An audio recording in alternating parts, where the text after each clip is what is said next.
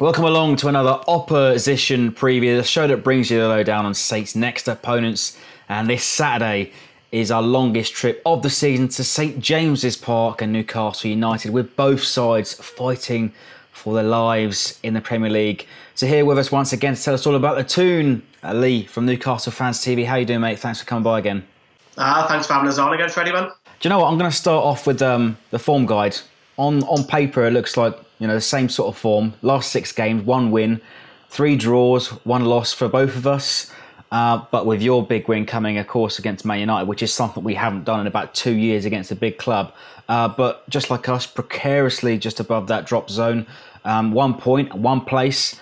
Does that tell the whole story of the season? So tight in the Premier League. You could say Newcastle, Southampton and the rest of the bottom 10 of the Premier League. Although we've only picked up 1 win, we say it's 2 defeats and 9. We're trying to be positive as best we can. But our defeats this year are against Chelsea, Manchester City and Liverpool. So we take the big sides out. We are picking up points. And Newcastle actually have a good record against teams around us. That's where the majority of our points have come from. So again, we'll be looking at this thinking this is a winnable game. We're at home. We've got Hughes and we've got Huddersfield, which are 2 massive games. Newcastle fans won 6 points because we've still got to play. We've still got to play Arsenal, Spurs and Chelsea for the rest of the season. So we are hoping, and we actually probably expect for us to attack this time around rather than, because defensively against Liverpool we were very, I wouldn't say 10 men, but we got criticised for playing that way again once more. Yeah, you know what? That's the key word we also ban about as well for the last 3-4 months. We've seen these games, winnable games with teams against us, but it's coming down to the business end of the season now. 9 games left, and I reckon a bit like us on Monday night, you'll take any advantages you can. I think as much as we were sort of disgusted to say that we were cheering on Manchester United on Monday night, but all of us, of course, even the guys up in the North East, willing for Palace to lose. Yeah, it is. I think now, although we'll not want to admit it, every single team down that bottom 10, you're looking at their results straight away. Monday night, when Matt scored that world, it was like, get in! I was like, you were celebrating like you were one of their fans. But we're probably more real Man United fans than what their plastic fans are, to be fair. At least we actually go to games.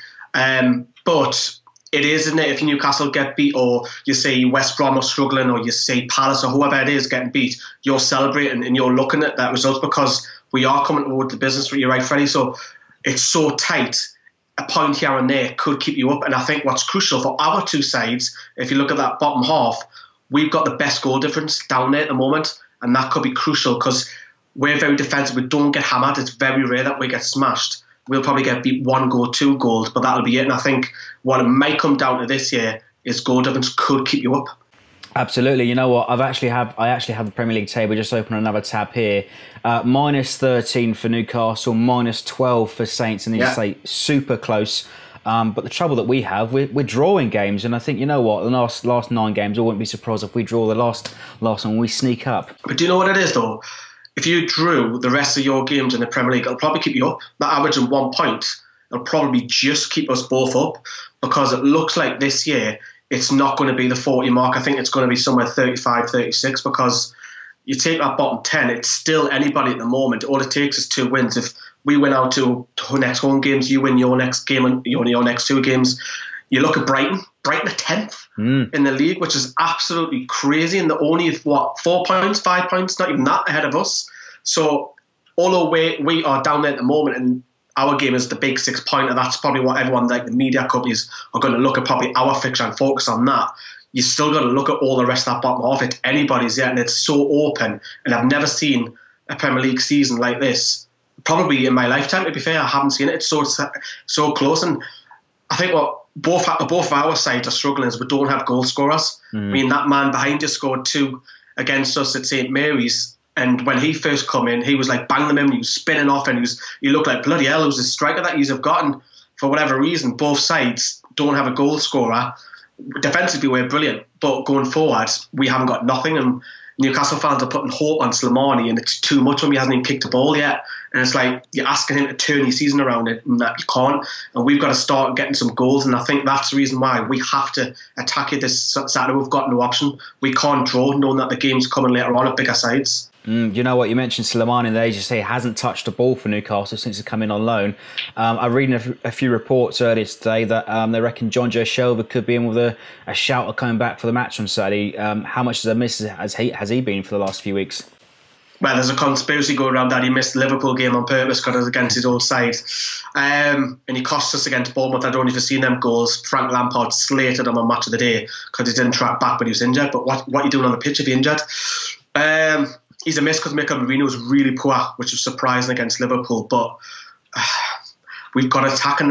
Shelby does do a lot more in our side with him, and then Mo Diame. I mean, he's picked up the form recently, but you're going to have to ask the likes of, you need absolute step up level because he's dipped off. Kennedy's dipped off since he's coming after a good start, So we need with big name players to come up and start, and we've got to go and full gun. If we leave gaps behind, so be it. We have to win this game. I think this game's bigger for us than what it is for yous, because if we've got yous and then we've got a 3-week gap for our next game, which is massive because Spurs obviously won their replay, which leaves us without a game because they've obviously got other commitments, whereas we've got Huddersfield next and then we've got that big name team. So we've got to pick up 6 points, so we've got to win this game. It's massive. A bit like us, actually, some of the fan base putting pressure on some of the players recently. You've sort of touched upon the goal scorers there. And you know what? I've read a headline again in the same sort of, I think it's the same tabloid, the same outlet that's reported that this game of the weekend, they need Dwight Gale to have a career-defining moment, a career-defining performance to keep Newcastle up. Well, if you look at the Championship, you think, blooming hell, 24 goals in 29 games, that's pretty impressive. The question is, though, Newcastle strikers would just let Mitrovic go back out and Fulham, and he's banging the goals in left, right and centre. I think Newcastle strikers, their level is the Championship. Dwight Gale is always, he asks Palace fans, when he comes in, he's a great finisher, but then he'll go off form, then he'll get injured, then he comes back, he'll score a couple, and go, he looks promising, and it's the same again. It's very repetitive, and again, it's goal scorers. We do not have them, similar to you guys. If you've got goals, keep you up, and we would love someone like a Jermaine Defoe being fit down there, although he's not banging the goals in Bournemouth. Someone that kind of calibre that'll get you 10 goals, that'll have you sitting in mid-table pretty safe. And it might come down to just a fluky own goal this weekend or a set piece. I don't think it'll be pretty. It's not going to be a 4-3er. Unfortunately, I think both aren't scoring many goals, and the goal difference is, as I say, you touched upon Freddie's list for your we're minus 13, you're minus 12. So flip a coin. That's the difference. It's do you know what? I said this to Craig on the Bear Pit last week. It sounds like it's got 0-0 written all over it. Last on Match of the Day, guaranteed. Oh, I hope not, because I'm going to that one. Newcastle haven't had a home game for a few weeks. I'm itching to go because I missed the Liverpool game, so I'm dying to get there. I don't want to go there because Rafa's he hates being called a defensive coach. He hates it with a passion, but he is. He plays very compact, very deep. I would love it just to go and just chuck bodies. And remember, I grew up with obviously Keegan era, and then it was Bobby Robson. I loved all of that football, but I think if we get, I know what, give us a 1-0 right now, I'll run away. I'll run out the snow. Also picking up a few reports this week, they reckon that Benitez is ready to attack Southampton. You know what? I think Pellegrino sets up these games trying not to lose. I mean, it's sort of a bit like what we said earlier on this season, the master v the apprentice, going back to the Liverpool days whilst Pellegrino was assistant under Benitez. Yeah, you talk about, I'll touch upon Pellegrino in a moment. I think we have to, as I've said already, we've got to attack because we've got bigger games. But do you know what really surprised me is that, in fact, it wouldn't surprise me, sorry, I'll rephrase that, is if Pellegrino was to be sacked, that wouldn't be a shock to me, because for whatever reason, I'm looking from an outside, obviously you watch Southampton in, week out, it just doesn't seem to, happen, and it just, the connection's not there. Something's not right with Saints, and obviously I'm looking from afar, correct me if I'm wrong. It just, for me, it doesn't fit for your club at all. And honestly, even if he goes at the end of the season, I mean, I've seen reports today that he could be sacked even if he keeps you up to date. Yeah. That wouldn't surprise me, because it's not there, is it? It's a bit like Claude Puel as well, wasn't it? It was just, It's not there for me. So if he was to be sacked, I wouldn't be like, whoa, I didn't expect that. I am expecting him to be sacked from now to the end of the season, whether you stay up or not, because there's just something isn't there. I mean, you tell me if I'm wrong. No, I think you got it spot on, mate. You know what? A lot of us have been saying it, a lot of independent, a lot of neutral fans as well, so let's say.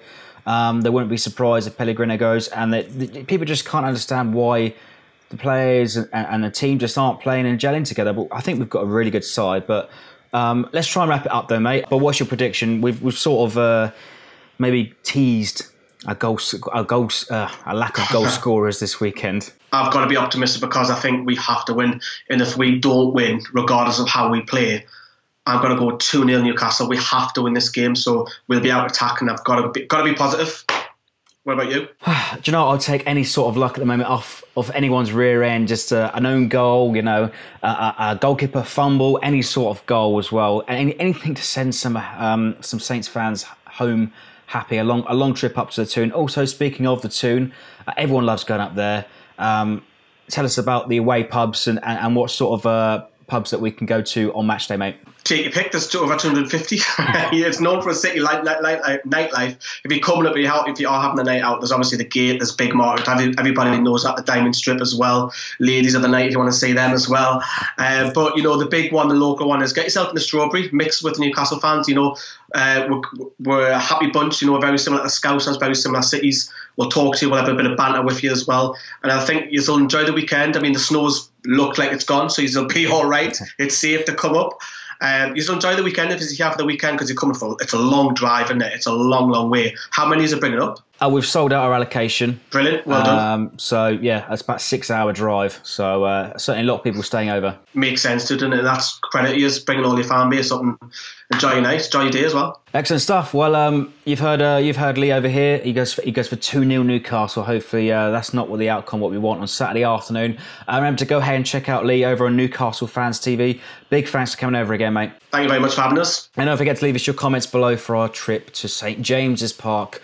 Come on, Saints, bring back 3 points.